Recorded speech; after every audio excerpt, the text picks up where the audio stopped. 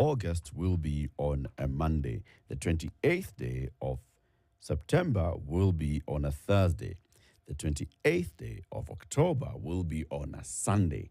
And that Sunday, we will be marking 20 years of running in Nairobi in the Standard Chartered Nairobi Marathon. And Standard Chartered is telling you, let's start registering now for the 20th edition of the Standard Chartered Nairobi Marathon. You can go to nairobimarathon.com. It's working. It's not been hacked. nairobimarathon.com. Register. It's 2,000 shillings only. Start getting ready. Start preparing yourself for the 20th edition Standard Chartered Nairobi Marathon. It'll happen in Nairobi and across the country. The Nairobi race will be flagged off at Uhuru Gardens. Then you run along the Southern Bypass.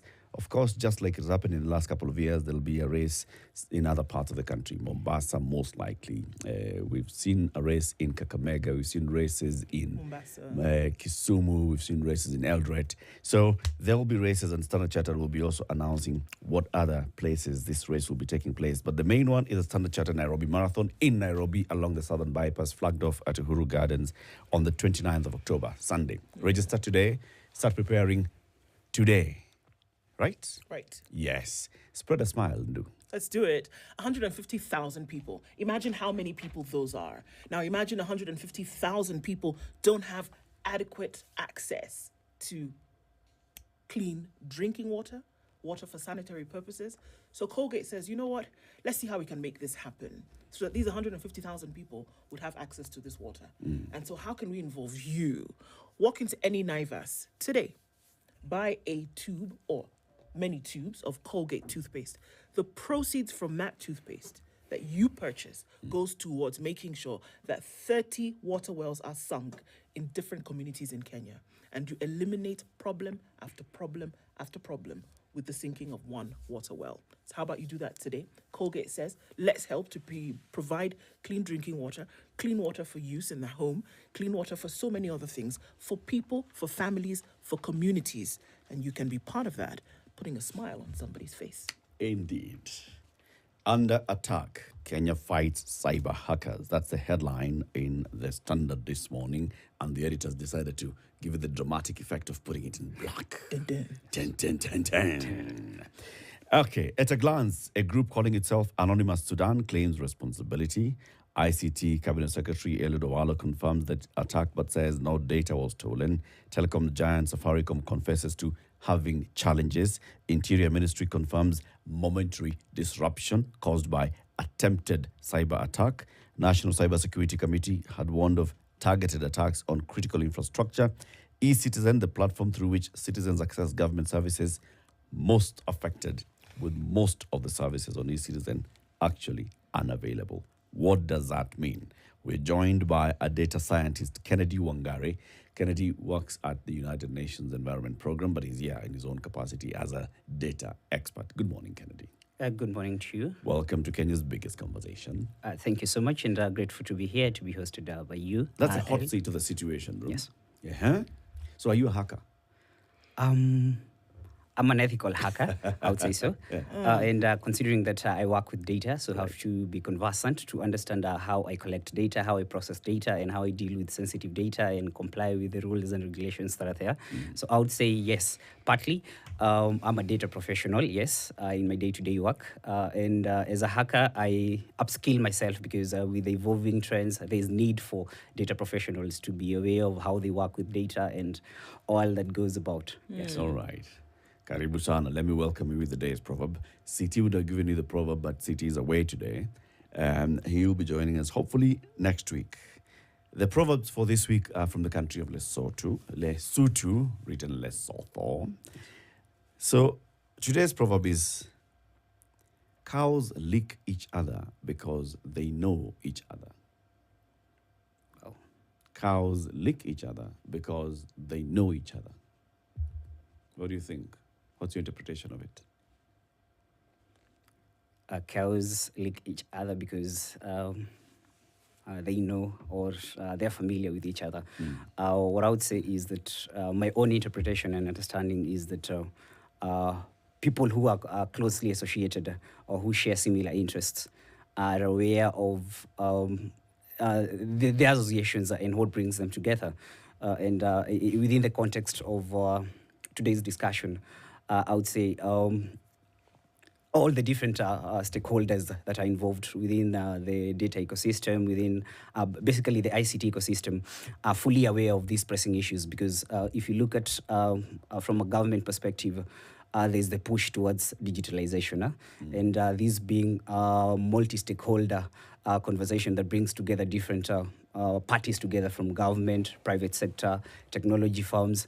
They're all aware of the goals and the vision. Like for a country, we want to achieve the Vision 2030. We also have the SDGs. So we are aware of the goals and objectives that we want to achieve. And we sort of are working towards, contributing different efforts, but towards the same goal. So I would look at it from that context that, we all cows, we understand where we headed to, or we understand our patterns, and we are working towards that. So that's my own layman's. What do you think of that interpretation? I think if CT were here, he would have given you 10 million points. Thank you. Yeah, it's a good interpretation. It is. It's your perspective of it. Yes. Now introduce us to data scientists. What do data scientists do? We're in a data-driven economy where we're generating data in almost every field, in every second. And basically, we've heard of artificial intelligence, these emerging technologies, data science, machine learning, and all these buzzwords. All these are basically technologies and ways that we're looking at how, as organizations, we can leverage the large volumes of data, like if it's within the media station, like at Spice, for all the sessions that we've been having, looking at how can we be able to derive insights from the data that can help us power data-driven decision-making processes. Maybe in the future, we're able to unlock opportunities, we're able to support our businesses. So it's more of bringing together people, technology, and data that we've generated to help us be able to see further and to be able to unlock opportunities and support our businesses in data-driven decision-making processes. Yes. So because you're dealing with data, then you must also think of the security of that data. Yes. Right? And so securing that data is part of your job as well, isn't it? Absolutely. Or is it somebody else? You just collect the data, you're analyzing the data, but then somebody else is standing guard. Like I did mention as the start of our conversation, is that as data professionals, people who are dealing with data at any point, whether it's collection, whether it's processing, whether it's utilization, there's need for us to understand all the nuances in terms of how do we deal with this data, in terms of what are the regulations that are there, how do we comply, because again, there are a lot of conversations around how we deal with sensitive data, both from a local perspective all the way to international levels. So you find that as data professionals, anyone who is working with data at any level, there's need for us to understand how do we comply with the rules and regulations that are there. How do we also protect this sensitive, be it corporate data? How do we also ensure that our systems are properly functioning? So all these are conversations, all these are gaps that we seek out to gain skills and expertise, so that we can be able to conform with the rules and also don't find yourself on the wrong side. Okay, the current buzzword, cyber attack. Yes. What does that mean?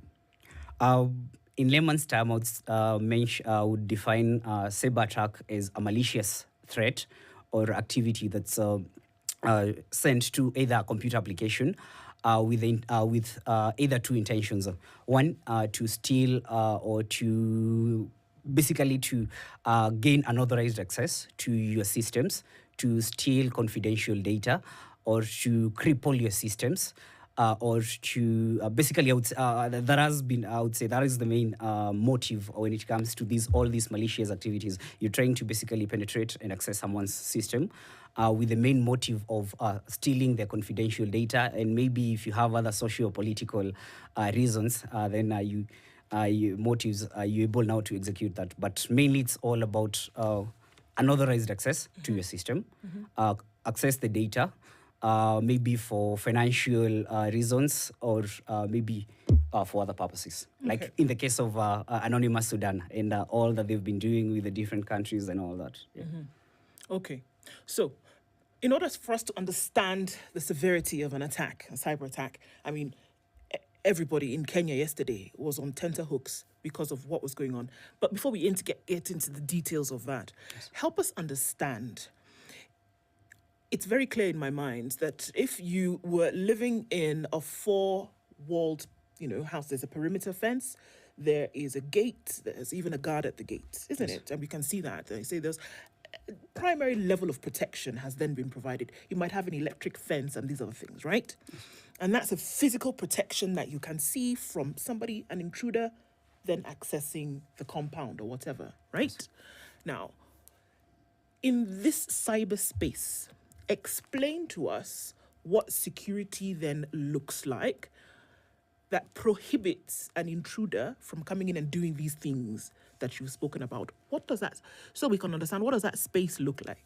So that when we hear that there was an attack, we understand, okay, exactly how somebody got in, what did they do? Oh, great. When we talk of cybersecurity, there are 4 key things that we look into as much as the landscape is quite evolving and new trends and developments. One is, can we be able to identify these threats? Can we be able to identify any suspicious intrusion to our systems? So we're basically looking at, can we be able to put together strategies to ensure that no unauthorized access. It could be maybe implementation of passwords or role-based mechanisms and other cybersecurity measures to ensure that only the authorized people have access. So that's one way to putting together strategies to ensure that we can be able to identify any intrusion, any unsuspicious intrusion. Second being being able to put together strategies that can help us to mitigate in the event that we've been able to identify that, there was an attempted attack or on our social media pages, maybe on our databases. Can we be able to mitigate? So this is where now we're able to design strategies that could help us now to mitigate. This is where you find that organizations will be able, like if you're dealing with communication, will be able to install and implement email content filtering systems. We'll have maybe examples of maybe firewalls within our networks, like let's say maybe within the KTN Home and Spice Home network. Are we able to install firewalls? Would go on and on the different ways that would help us in terms of how do we mitigate. Would probably also bring in an anti-malware softwares to help us detect. So all these are basically strategies to help us being able to mitigate in real time this particular suspicious activity that we've been able to identify, and also that being implementing or putting in place strategies that can help us once we've been able to identify this particular threat or this suspicious activity. We've been able to put together strategies and ways that can help us mitigate the different cyber threats, because there are quite a number of them, and even more and more that are evolving within the space. How can we also be able to, in the event that we have, let's say, a massive data breach, can we be able to recover in real time? Like in our case, as you've put it across, there was anxiety and worry from Monday that our systems have been down. From, let's say, 2 weeks ago, KEBS system were down. Maybe like someone who's, let's say, maybe you've been a user of the KEBS system, and then a few days later, you're undergoing the same unpleasant experiences with the e-citizen platform. So amidst all those worries and anxieties, do we have in place strategies that can help us in real time once we have cases of a massive data breach or the intrusion? Can we be able in real time to recover and have our system properly functioning? Because there was like yesterday, the CS assured us that the systems are back, and we probably from today they'll be running. Do we have strategies in place that can help us in real time? We can be able to have in our case systems we are running. attacked, this is what we can do to recover as Yes. soon as possible, as Yes. quickly as possible. Yes. Okay. Now, with all those things that you've said, and just going with the example that Ndu gave, how do thugs get into our home? So we've put up the perimeter wall, we've put the electric fence, we've put those glass bottles. Yeah, we've done all. We've installed CCTV, we've put burglar-proof windows and doors and all those things. And then a thug enters. How do we say? It was either an inside job, somebody from the inside opened for them, or they scaled the wall, they put a ladder at the wall, and they used something. They disconnected electricity. They knew how to disconnect the electric fence. They got in. When a hacker gets in, what route do they use? Are you able to actually trace? This was the weak point, and this is how they came in. And how do they identify those weak points? Great. That's a great question. One thing is that you realize is that the cybersecurity and threats landscape is quite evolving. If you look at the 2022 report from Communication Authority of Kenya, There's also the Pan-African Cybersecurity Report 2022, and I think there's the Serrano report also in around the same 2022 report, all around the current landscape within Africa on matters cybersecurity. You realize that there's the evolution of how the hackers have been able to access our systems, but along the years there's the evolution and new trends that are coming up. In that, one way would be there's the inside job. Like a good case example I would like to use is the 2019. You know, there've been reports, alleged reports that if you walk down the memory lane in our country on how our systems have been hacked up to the conversation that we're having today. In 2019, there were reports that the Chinese government was spying on Kenya. And they were able to steal large volumes of data around Kenya's debt ceiling to China and repayment strategies. And how that came about was because one of the government employees, like as you did put it across, and this being an internal government employee, maybe because of lack of knowledge, they were able to download some infected documents online, and that's how the hackers were able to have access and infiltrate their systems. So that gives you one example of the traditional ways that these hackers have been able to leverage on, be it the vulnerabilities on the systems, be it maybe like the phishing attacks. Like we did give an example of the different types of attacks, like where you could fake a communication or an email, and then someone clicks a link, and you're able to steal the information. So there are those examples of the different traditional ways that hackers have been leveraging on to have access, either using internal people from within, or being able to use more sophisticated ways. Like now, if you go by the report, you're able to see, like in Kenya, that like one of the reports, that's the CAK report, they've indicated the number of the different kind of attacks, the majority being malware attacks. You'll find that most of the people are now being able to have their systems or their accounts being hacked through email and phishing. But also, again, you'll find the evolving trends that are making it more sophisticated to, one, being able to identify in real time, is there an attack to our systems? Two, being able to, how can we mitigate this particular challenge in real time? And also at the same time, how can we be able to recover our systems and ensure that we did not lose our data and we didn't have any other negative implications? What are the characteristics of an attack? How would you be able to look at it and say, again, I'm going to go back to this house and the perimeter wall. If I see that the gate has been broken, or the padlock has been chopped off, or I see that part of the fence has been cut, it will be evident to me that somebody has tried to get in another way apart from the door where they're allowed, if somebody has let them in. How would we know? What would be the effects of an attack that we can now say, all right, there's something going on here, as opposed to something else? It's not just a system It's not downtime. just a system glitch or something. How would you know that it was a cyber attack? Great. With the developing trends and the new ways that the hackers are evolving, coming up with to be able to access our systems, it's becoming challenging in two ways. One, the organizations that have not put in place robust systems to help them be resilient, so they're not even able to understand, are we even hacked? And there are others who have been able to put in place systems that they can be able to detect that, well, we are aware of our normal operations, but seemingly we sort of have been hacked. But they don't have that visibility to be able to move from there, or the technical muscles to be able to defend themselves or to recover from there. So when we look at how do we get to ourselves to a level we can be able to even tell that our systems have been hacked or we've been hacked? One is you'd find that there's the denial of service, like the case example of what Anonymous Sudan is doing to different countries, including Kenya, like in the last few days. In that, one is whereby your system will be sent multiple requests that will jam the server. So that means that the normal operation of your application will sort of not be able to respond to requests. Break that down nice, like now practically. What does that mean? What does that denial of service mean, and how is it done? Multiple applications. Great. What does that mean? Thank you. I think I'll use the case example of the e-citizen platform that supports over, I think, 5,000 government services.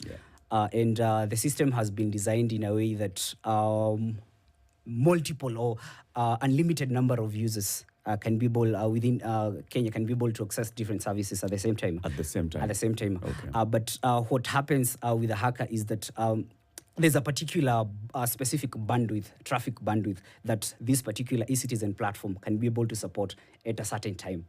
Okay, so it's not unlimited. As much as it's unlimited through us, we cannot be able to specifically tell. So there's, you can use, many people can access. Yes. But there's only a certain number. There's a specific bandwidth of traffic that they can be able to access at a certain time. Okay. So what happens is that this particular hacker will be able to send multiples of requests to the file server that supports this application. Okay. And what that means is that the application will be rendered ineffective. It will not be able to attend to any services. Maybe if you wanted to access NTSA or KRA or whichever other services, you'll not be able to access the services. Why can't it? If you're arriving at the door and all of you are coming to the door, the system should be able to tell you, bang any line. I'll serve you one at a time. Or so are you saying that? What is this that makes it get overwhelmed? It's the code or the application program that has been sent by the hackers to disorient or to change the normal operations of the system, such that in a way the system will not be functioning the normal way. Another way is that, that's a quick, clear indication that you'll be able to tell, well, this is not how our application hangs or operates day to day, in that you'll not be able to take up any activity or any operations with the application. Another way is where you purely locked out of access of the systems, in that your passwords have been stolen. Let's say maybe if it's through phishing attack, you've been able to share your passwords and you're locked out of your system. That means automatically you come to access your systems or the database normally, and then you realize you don't have access or everything has been changed. So that's also another clear indication that, you know what, there's someone else who has now taken over control of your access. In the case of this one, the denial of service. Yes. Let's say you were working at eCitizen. How would you be able to tell, now you, as Kennedy, and a data expert, how would you be able to tell we are under attack? What is it that you would know? I mean, sitting in the back end of the system. As I did mention, there's, let's say in this case, there's a particular threshold of the maximum bandwidth that we've set, the number of users that we can process at any particular time. And what the distributed denial of service attack does is that it affects your whole network operations, in that you will not be able to, from an end user, they'll still have access to the system, but they cannot be able to undertake any operations. But from a developer or from a backend, there's the log of applications, or the log that gives you a report of this is how your application is performing. And that's why there's need, as we move along in the systems that we have, to ensure we have these mechanisms that, one, helps to be able, in real time, you're able to monitor and get the logs of this is how your application is performing. And so that in real time, you're able to detect and tell. Would you see something? Let me give you an example. I remember when we were growing up, and we had gone to church one Sunday, and then we came back. Thieves had come into our home. And what made I walked in first, and why we knew there was something wrong, is that my dad's briefcase was on the dresser, and it shouldn't have been there. So we knew that there was something wrong. And then as we entered into the house, we saw that everything was in disarray. Yes. As a developer, as a back-end super spy expert, what would you see that would tell you, okay, guys, this is not just somebody who is playing around the periphery. This is somebody who has entered into the system and has gotten something. What would you see? What kind of abnormal activity would be present for us to know? You know, I'm asking this question and insisting on it is because yesterday there were many people, somebody said, no, it's okay. There's nothing. Just the system downtime. System downtime, or there's glitch. But others are unequivocally stating that it is an attack. Yes. That's what I'm asking. What are the characteristics that you would say for sure? Apart from, anybody can say we've hacked Kenya. Anybody can say that. But why would you be able to enter into the system and say, absolutely, this is what we have? Great. I'll build up on that from the statement, the reassurance statement from the CS, that besides our systems being accessed, that no data was compromised. One challenge that we have is you can, as a developer or a cybersecurity professional, you can implement the defensive capabilities that in this case will help you in real time to have the system logs whereby you're able to monitor, and quickly you'll be able to tell that, well, our system has changed from the normal functioning. But stopping at that raises a lot of concerns and worries. And that's one of the conversations with people for us across Kenya that, well, maybe it was just a denial of service and nothing much was done to the system. Okay. But one challenge that we have is that we can't be able to tell how much was accessed. Did they really tamper with the data? Because if you look at the e-citizen platform, it reroutes to different government websites. Yeah. And the history that we've had with Kenya, like from 2019, government systems are being spied on and data being stolen, all the way to this year, all the data breaches conversations. Like if you look at the first the first half of 2023, up to last week, but one with KEB's system being hacked. Yeah. What we can say is that, well, their capability, their strategies that you can put in place from a technical point to even also training, bringing in technical capacity and human resources that would help you to move the second layer. Because, well, currently what the information that we have, and also from the government, is that our systems were hacked. Okay. Our system were accessed to, and we could not access our government services. But beyond that, how safe are we? How sure are we that the data that's and all the, let's say, like take the example of the people who were queuing in maybe for visa services and all that. How safe are we that our systems were not tampered with, and more so the data being stolen? That's the question. Yes. Let's answer that question after this break, right? It's 26 minutes to 8. Kenya's biggest conversation is hosting Kennedy Wangari. Kennedy is a data scientist. He's worked in many organizations, currently working at UNEP offices in Nairobi. And we are talking about this cyber attack. What kind of attack is it that Kenya has faced? Who's responsible for it? And how can we avoid such attacks in future?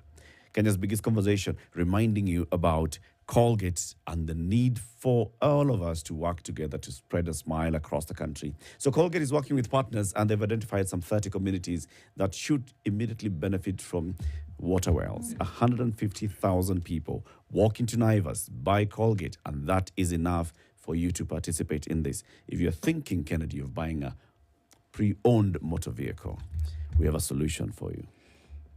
In Kenya, a lot of people have gone through challenges purchasing a pre-owned vehicle, buying vehicles with engine damage, rogue car dealers or accident vehicles, tampered mileage without their knowledge, all which cause future challenges. Now, Automark is the preferred pre-owned vehicle dealer in the market. All these challenges can be avoided. Why? Because they have vehicle condition disclosure. You know what you're getting into. They'll tell you, look, it's 100,000 kilometers. They'll tell you, yes, it was in an accident. They'll tell you, you can fix this and work with this. Are you ready to go? They will give you value for money. The prices are for each condition of vehicle, and they'll give you reliable and friendly after-sales support, taking care of sales support in their service shop as they go along. Nobody knows pre-owned vehicles like Automark. It's an opportunity for you to switch up with Automark. Drive in, trade in, and switch up today. This is the Situation Room, the only way to start your day. You think you can guess the...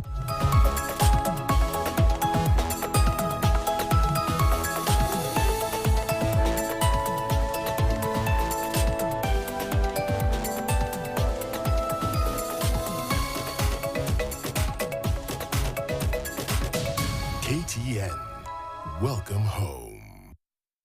Ushindi cleans like no other. It lathers more and lasts long. Ushindi, a long-lasting bar that removes all stains easily.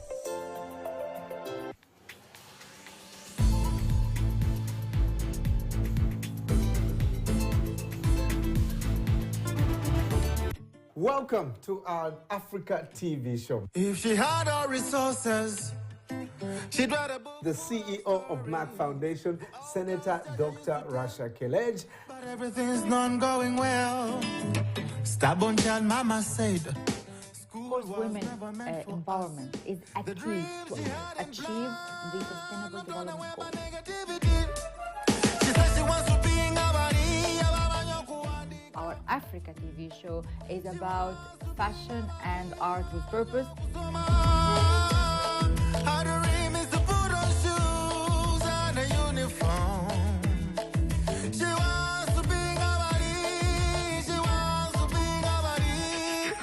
As we feed the brains of our little ones in school, the Standard newspaper takes pride in knowing that we are making a mark in the growth of their minds through the newspapers and education program that steers them in the right direction. And we are proud of it. My experience with NIE, I can say that I have really benefited from that newspaper. The newspaper can help me with vocabulary and imaginative and creative writing. It helps in grammar and it's helpful, especially in English. It helps, like when you're writing, you don't write wrong spelling of words and wrong grammar, because grammar in English is very important. To adopt and sponsor a school class on the NIE program, it will only cost 14,400 shillings per term or 43,200 shillings per year. For more information, please contact Ronnie Ouma on 0720-809-823 or rouma at standardmedia.co.ke. Newspapers in education. Readers are leaders. Prepare yourself for an electrifying experience that will rev up your engines and leave you breathless. The second Digger Motor Show is here to take you on a thrilling journey through the world of automotive excellence. Check out the sleek and sophisticated luxury cars and witness the unveiling of the hottest new models from renowned manufacturers, each one pushing the boundaries of style and performance. Mark your calendars from the 27th to the 30th of July 2023 at the KICC and get behind the wheel of your dream car. Be ready to experience the second edition of the Digger Motor Show. Come and ignite your passion for cars. You don't want to miss a single moment. To book your space or get more details, call Caroline Nyandieka on 0723-803-601. Winner is Berur FM. Berur FM! Kostoindenyon, Kongoino Amungi Lewenechen Kuza Awards 2023 Gold Winner People's Choice Favorite Regional Radio Station in South Rift. Kounotan Kibwan Roadshow Nainegan, Neboge Wech Kongoi and Fans Chechok Cheba South Rift. Itagat in Berur FM Thanksgiving Roadshow. Tarigi Somogarawe Tapsisit Kemi Kuresoi, Olengurwani, Silibwet Bomet, Mogogosiek Aglitain. Tarigi Tangwan Kemi Kabianga, Noina Road, Kapsuser, Kapsoit, Brook, Agiwangunengemba Utap Kutit Fun Festival and Carol Gardens Kericho. Otuyanak MC Jaffe, DJ Nosh, Chumba Chumba, Kiplagat Kwambai 50 Cows, Agobarosto Igalak Chengwanin, Chebo Berur FM, Kutit Fun Festival Kericho, Koibun Berur FM, Kaberure Tapka.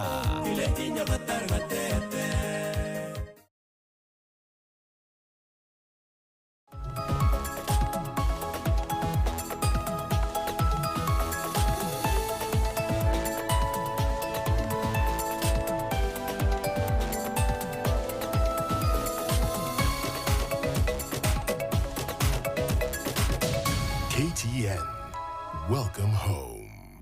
Gives you that indication. It means that one, you've been able to overcome the first hurdle. You remember we talked over the 4 steps of cybersecurity. One, being able to identify a threat. Yeah. It could be in real time or it could be in batch, in whatever way. But one, you've been able to identify that, there's something unusual that's happening with our systems.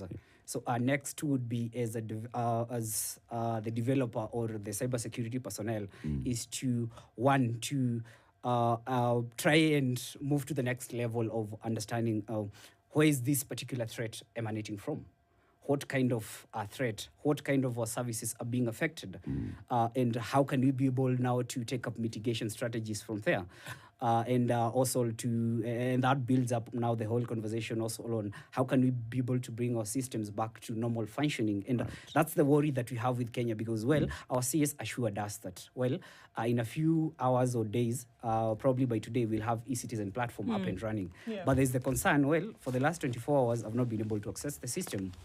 It's actually 4 days. 4 days. The entire week since Monday, and if you people have been having challenges accessing the e-citizen platform. So if the people, the techies who are manning the platform have seen the spike, okay? And like you said, this is a distributed denial of service attack. Yes. So they've not taken over the system. They've not taken over your password. They've not denied you access to your own system. If you still have access. If you have capabilities, I think, and it's also something that's in the report that our CS shared, I think later in the evening, was scanty in terms of, besides the awareness that our systems were rendered ineffective, how secure and safe is the data, right, considering that it routes to almost all the government services. But in such an instance, and do we have that visibility? And what kind of report do we have from the government? In such an instance, the managers of the system still able to access the system? Or does a denial of service also lock out the managers of the system from the system? One, as we did mention, we've been able to overcome the first hurdle. We've identified we are under threat. The second thing is, do we have capabilities? Do we have systems in place? I would assume we do. Well, for government systems, that we have talented cybersecurity professional people and a system in place that will help us now mitigate the second step. That is, we've identified this as the threat. We've identified the levels of intrusion and what has been affected, and how can we be able to block and recover from this. But if you look at what has been shared by our government, we are not aware. Did we get, was our data stolen? What are the implications of the people who hacked this system? Because from the reports that we have out there, it's Anonymous Sudan, and they're doing this because they said from their report that any country that attacks Southern Sudan, we attack you back in cybersecurity attacks. And Kenya has been, in the last few days, I think Southern Sudan rejected. Sudan rejected Kenya's offer to have our president as the lead negotiator. Aside in the Sudan conflict. So we don't really understand. And their report yesterday was that we were doing this for fun. So we don't know the next. If we have capabilities, we can be able now, probably when the government gives us a report that's quite detailed in terms of, yes, our systems were hacked. Okay. It was a distributed denial of service attack.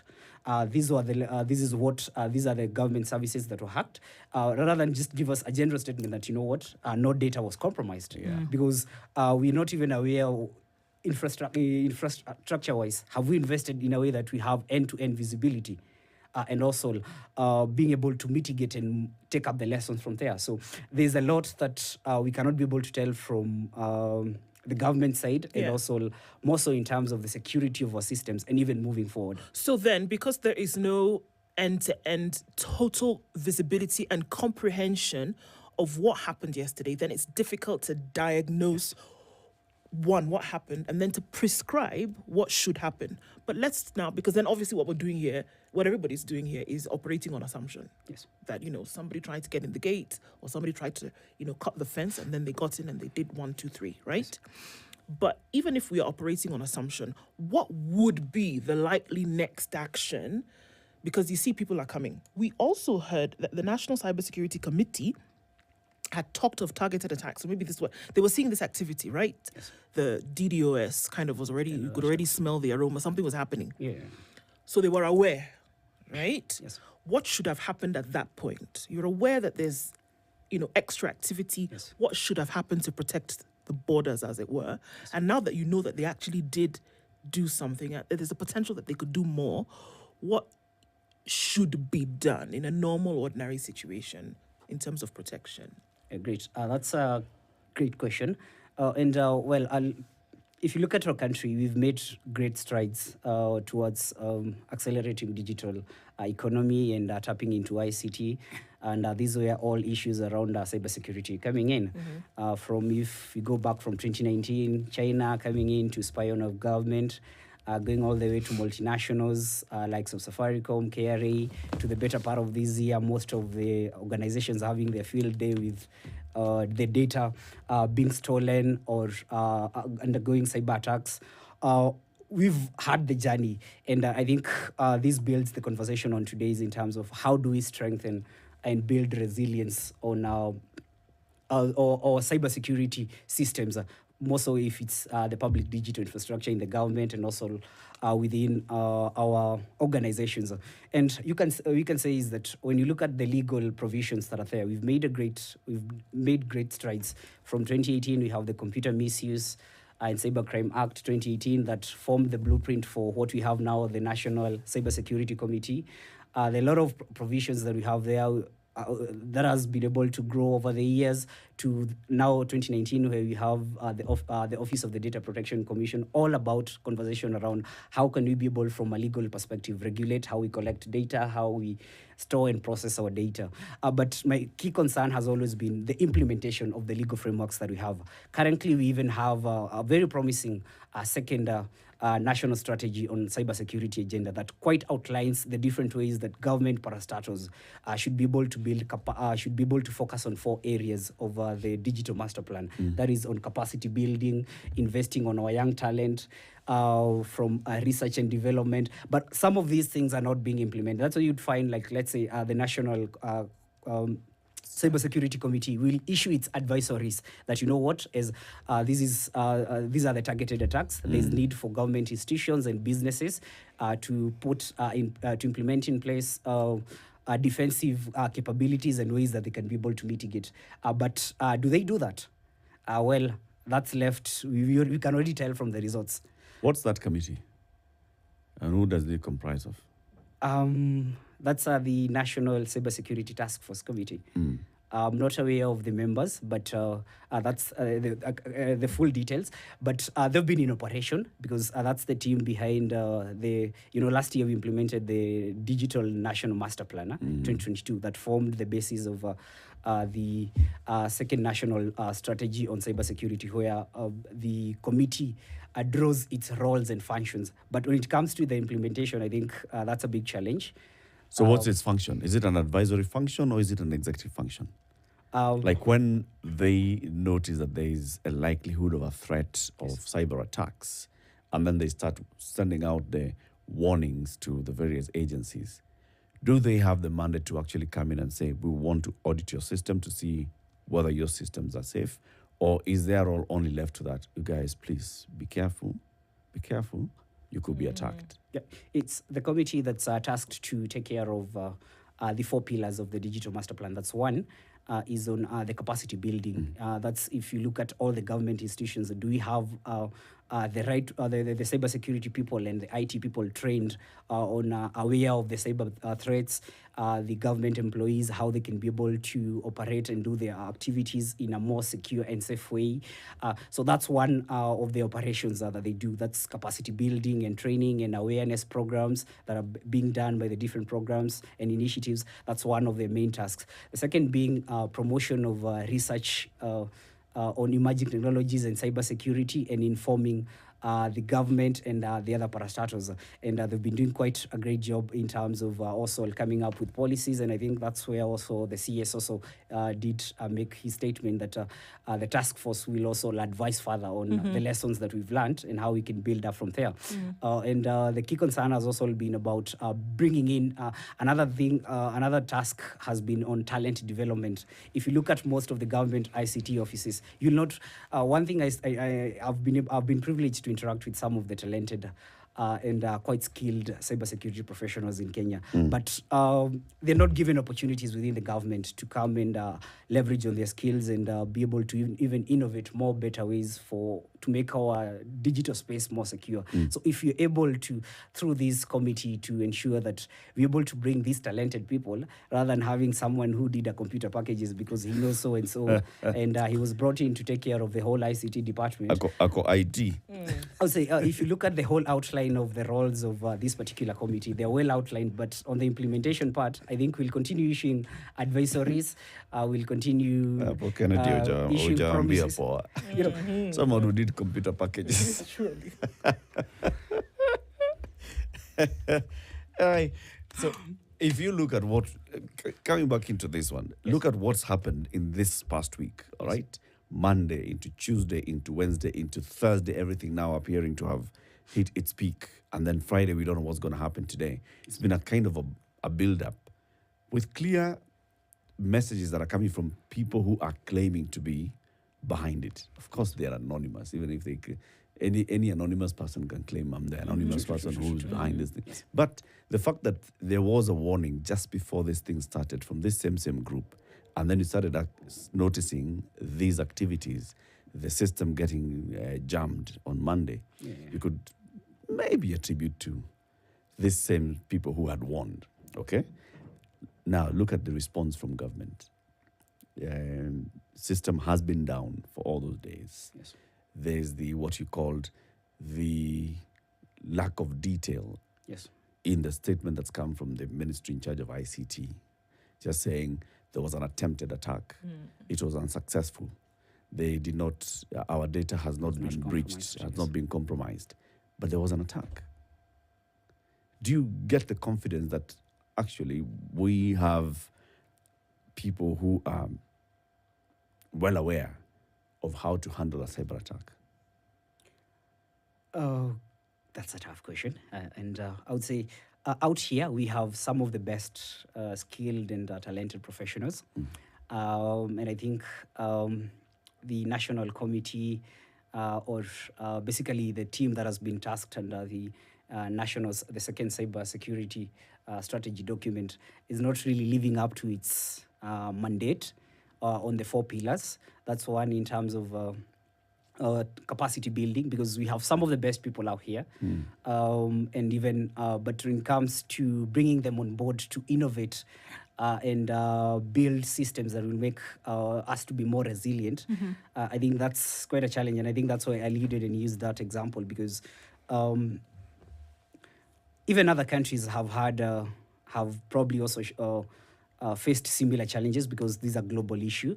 But how they've been able to take up the lessons out of the challenges they've had, and how they've been able to mitigate and put in place mechanisms to handle similar cases in the future seems to be a bit different from what we're doing in the country. And I think that's where the gaps all around, more so even from how the government is handling this matter. I think there's need to ensure that there's more involvement of our people. And I hope this conversation sees that we'll have more cybersecurity people being involved in those proposals, in those discussions. All these conversations will be, because, for many years we've had ICT just being generalized as ICT. But, as we're having conversations around digitalization and everything, cybersecurity remains a key issue to everyone who's dealing with data. And from the government, I think there's more to be done. We have some promising documents that would help us achieve the Vision 2030. But how do we move out of the challenges we've had? We had the 2019 cases. We've had a good share of private institutions having their own share of challenges. We've now had this menace that we're going through. How do we move forward as a country? In terms of severity, looking at the events of yesterday, if it was on a scale, how severe was the incident of yesterday in language of cyber and data? Are we talking about heart attack, or are we talking about a cut on the finger, essentially? In my own thoughts and opinions, I think it was a heart attack. As much as, we don't have access, so we can be able to share a detailed outline of this is the system that was hacked, this is particular operations that were rendered ineffective, or maybe there were any cases of data breaches. Because, again, also even from the government, little to no scanty information on the same. But if you look at the weight of even the group behind the attacks, if you look at their previous attacks, if you look at that Sudan group, they've previously attacked US, Sweden, Australia, amongst other countries, more so within. And if you look at the areas they're affecting in all those different countries, it's around education, it's around fintech, and healthcare, and more so government critical services. So we can't really be able to ascertain exactly the severity depth, of the severity of the impact of whether we lost large volumes of data. Besides now what we can be able to tell that, our systems were rendered ineffective for a few hours. There's so much that we need to dig deep and take up lessons and look at how do we build more resilient systems moving forward. Okay. What would you, I'm sorry, I have to come back to this quickly. What would you have expected now that was done yesterday in terms of first mitigation, frontline mitigation to stop something else? What would you have expected would have been done? The gate is cut. Do we fix the fence? Do we remove it, put another fence? What would have been done yesterday in terms of protection? Or what continues to be done right now? The immediate response, in my own thoughts, would have been too fast. bring a close down